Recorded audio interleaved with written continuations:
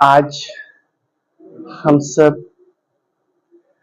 अव्यक्त मुरली प्रोजेक्ट के क्रम में 16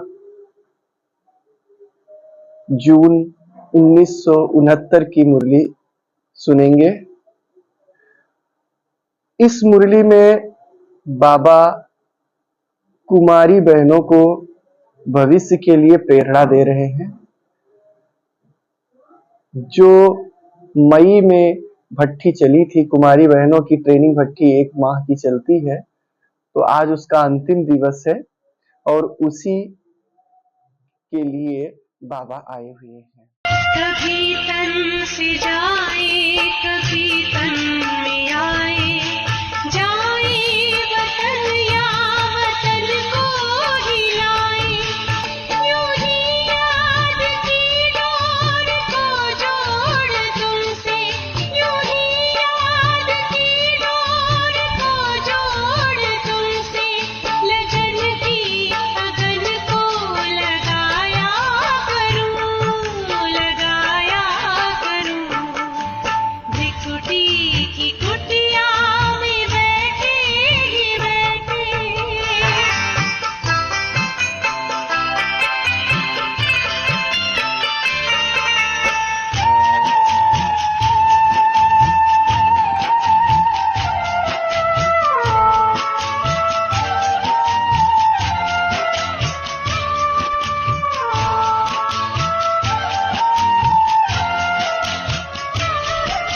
बाबा प्रश्न पूछते हैं बहनों से कि स्नेह रूप में बैठे हो या शक्ति रूप में बैठे हो या दोनों में हो। तो उत्तर में बाबा कहते हैं कि दोनों में रहना है। शक्ति रूप और स्नेह रूप दोनों साथ साथ हो।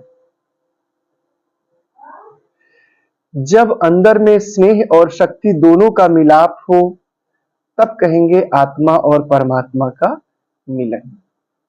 बाबा बहनों से पूछते हैं कि सबसे बड़ी सेवा क्या है और सबसे बड़ा त्याग क्या है। सब लोग अपनी अपनी बातें बताते हैं, लेकिन जो सबसे बड़ी त्याग की बात है, तो बाबा कहते हैं दूसरे के अवगुणों को ना अपनाना। अपने अंदर तो कोई अवगुण रखता नहीं है, भले अवगुण हो, लेकिन उसके समझ से ये रहता है कि हमारे अंदर कोई अवगुण नहीं है। अगर ये पता चले कि हमारे अंदर ये अवगुण है, तो हम शायद उसको निकाल दें। लेकिन कभी-कभी हम दूसरों को देखकर उनके अवगुणों को जीवन में धारण कर लेते हैं। तो बाबा बहनों से कहते हैं कि बच्चे, आपकी सबसे बड़ा जो त्याग है वो ये त्याग यहाँ पे करके जाना, ये संकल्प करके जाना, ये प्रतिज्ञा करके जाना कि हम जीवन में दूसरों के गुणों को ही धारण करेंगे, दूसरों के अवगुणों को त्याग कर देंगे। सबसे बड़ी ते बड़ी सेवा क्या है? तो बाबा कहते हैं सबसे बड़ी ते बड़ी सेवा है किसी को ज्ञान सुनाकर मरजीवा बना देना। किसी को ज्ञान सुनाकर उसे शूद्र से ब्राह्मण बना देना।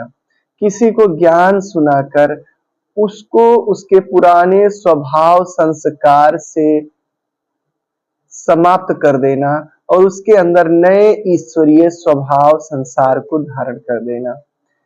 यहाँ पे बाबा कहते हैं कि करते तो हो, मरजीवा बनाते तो हो, लेकिन खट से नहीं बनाते हो। बाबा ने झाटकों की सेवा की है कि देवी वही बलि स्वीकार करती है जो एक ही झटके में चढ़ जाए। तो बाबा कहते हैं ऐसे ही एक झटके में जो है मरजीवा बने, ऐसी सेवा अभी नहीं कर पा रहे हो। तो वो क्या कमी है, क्या पुरुषार्थ करना है? तो बाबा कहते हैं एकांतवासी कम हो। 2 कमियों की बात बताते हैं। मम्मा के बारे में बताया गया, वो जहां भी जाती थी कहती थी ऊपर का छत कहाँ है। माना वो ऊपर के कमरे में अकेले रहती थी। उनका स्वभाव था एकांतवासी रहना। अध्यात्म मार्ग में एकांतवास बहुत आवश्यक है। एकांत प्रिय होना चाहिए, क्योंकि तभी आप ज्ञान का चिंतन मनन कर सकते हो। लेकिन कुमारियों में बाबा ने देखा होगा कि वो झमेला बहुत रहता है, बातचीत बहुत होती है, बाह्य मुखता बहुत होती है। तो बाबा ने कहा कि एकांतवासी कम हो और एकता में भी कम रहते हो। तो बाबा ने कहा इसका पुरुषार्थ करना है, एकांत में आनंद का अनुभव करो। अगर एकांत में आनंद का अनुभव होगा तो बाह्य मुक्ता अच्छी नहीं लगेगी। तो पहला पुरुषार्थ करना है कि एकांत में आनंद का अनुभव हो। एकांत में आप ज्ञान सुनोगे, बाबा को याद करोगे, एकांत में आप चिंतन मनन करोगे तो जो अतीन्द्रिय सुख भासेगा, फिर झमेले में आपको मन नहीं हो। नारी से नारायणी बनना है। वो लोग तो नर से नारायण बनेंगे, तो आप क्या बनोगी? नारायणी बनोगी। ये पुरुषार्थ करना है। विष्णु स्वरूप के सारे अलंकार शक्ति रूप में अपने चरित्र में धारण करने हैं। बाबा कहते हैं कि आज तो आप सबने पुरुषार्थ किया, ट्रेनिंग किया, तो आज अंतिम दिन है तो उसका रिजल्ट भी निकला है। तो सबसे नंबर 1 कौन है? तो उसमें उत्तर आता है चंद्रिका बहन। और वो जो उस समय पहले उस समय कुमारी थी, आज वो क्या बन गई है? बड़े बड़े जोन की इंचार्ज दीदियां बन गई हैं। अभी चंद्रिका दीदी हैं भी। और हम सब ट्रेनिंग में गए थे तो उनके क्लास सुनने को मिला और उन्होंने इस भट्टी का, इस ट्रेनिंग का जिक्र भी किया था और उन्होंने ये बताया था कि कैसे बाबा ने हमको नंबर 1 किया। आज अभी हमें मुरली पढ़े तो हमें लगा कि याद आ गई वो सारी बात। तो उस समय कुमारियों की ट्रेनिंग चल रही थी और वो भी थे।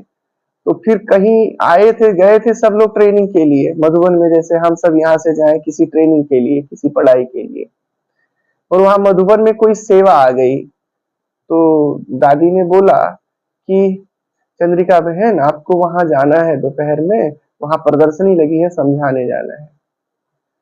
अब ट्रेनिंग करने आए हैं कि समझाने जाएंगे, तो नाजी भी कर सकते थे, लेकिन बोले कि नहीं, अब दादी ने कहा है तो जाएंगे। अब वो उधर जाती थी, इधर ट्रेनिंग क्या हो जाता था, छूट जाता था। तो उधर वो जाए समझाए दिन में, और फिर जब यहाँ आए तो जो अदर बहनें, दूसरी बहनें ट्रेनिंग में जो लिखती थी, कोर्स क्लास कुछ लिखती थी, उनसे बातचीत करके समझ लेना, उनके नोट्स से अपने नोट्स बना लेना, ऐसे करती थी। मतलब सही रीति से ट्रेनिंग भी नहीं कर पाई, लेकिन अंदर उमंग इतना था, उत्साह इतना था कि हम बाबा की बातें, ट्रेनिंग भी करेंगे और सेवा भी करेंगे। तो उन्होंने दोनों करके दिखाया और अंत में जो भी कुछ परीक्षाएं हुई हो, जो भी कुछ हुआ हो, उसमें उनका नंबर 1 आया। तो बाबा उनका नाम लेते हैं कि देखो रिजल्ट में चंद्रिका बहन का नंबर 1 आया है। तो नंबर 1 का मुख्य कर्तव्य क्या है? तो बाबा ने कहा अपने जैसे नंबर 1 बनाना। बाबा कहते हैं कि आप सबको स्नेह है और आज आप सबका अंतिम दिन है, आप सब फिर अपने अपने क्षेत्र में जाओगे, तो हम आपको 3 सौगात देते हैं, शिक्षाएं रूपी सौगात देते हैं। तो बाबा ने बाप के रूप में, टीचर के रूप में और सदगुरु के रूप में शिक्षाओं की 3 सौगात उन प्रथम ट्रेनिंग टीचर्स बहनों को दी। बाबा कहते हैं बाप के रूप में हम आपको एक शिक्षा देते हैं जिसे याद रखना। और कौन सी शिक्षा देते हैं? कि बाप दादा, निमित्त बनी हुई बहनें और दैवी परिवार, 3 चीजों से। बाप दादा, निमित्त बनी हुई बहनें और जो अपना दैवी परिवार है, इनके सदा आज्ञाकारी होके रहना और सदैव वफादार रहना। ये कोई बातें छिपाना नहीं। तो इससे क्या होगा? आपस में प्रेम बढ़ेगा, आपस में एक दूसरे के प्रति विश्वास बढ़ेगा। ऐसे बाबा कहते हैं। दूसरा बाबा ने कहा शिक्षक के रूप में मैं तुम्हें शिक्षाएं देता हूं, सौगात देता हूं कि जहां जहां जाओ ज्ञान ग्रहण करना और गुणग्राही बनना। हम सबको पता है जो भी भाई बहन सेंटर में आए और आज नहीं है, उनमें ये पहली शिक्षा की बड़ी कमी रह गई सौगात की। वो कहीं ना कहीं निमित्त बनी बहनों से दैवी परिवार के प्रति, कहीं ना कहीं वफादारी और आज्ञाकारी में कमी रही। वफादारी का मतलब होता है कि बातें छिपाना नहीं, मियाँ मिट्ठू नहीं बनना, चतुर चालाक नहीं बनना। तो चतुर बनना, जो चतुर बने वो चले गए। ये है बाबा की शिक्षा। सदगुरु के रूप में बाबा कहते हैं मैं तुम्हें शिक्षा देता हूँ, एक रस रहना और एक की याद में रहना। ऐसे विष्णु के सारे अलंकार शक्ति रूप में धारण करना। फिर बाबा सेवाओं के लिए कहते हैं कि बच्चे अब अगर इतना अच्छा आप सबकी ट्रेनिंग हुई है तो जाके रिफाइन ज्ञान देना, ऐसा ज्ञान देना कि विशेष आवाज फैले, ऑलराउंडर बनकर रहना। और जब यहाँ पुनः आना मधुबन में तो अकेले नहीं आना, पंडा बनकर आना, साथ में 2-4 फूलों को और लेकर आना। अच्छा, ओम शांति।